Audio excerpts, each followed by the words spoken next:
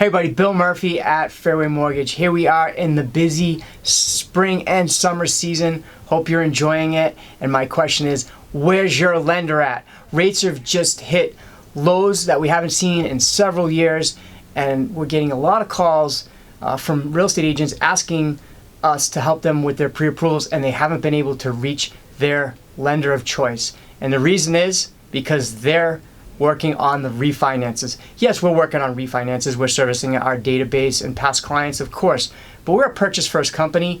We will work on your pre-approvals and make that a priority all the time. Weekends, mornings, nights. Getting your offer accepted on the house is the most important thing. The refis can wait. They'll be there. Rates should be good for the rest of the summer at least. We expect it to continue to be busy. So you ask yourself or ask your lender where they're at. Are they a purchase first company? Are they a purchase first lender? Make sure that they're there to serve you. And also remember, we are available to help you with those pre-approvals or the pre-approval revisions over the weekends and your busy open houses.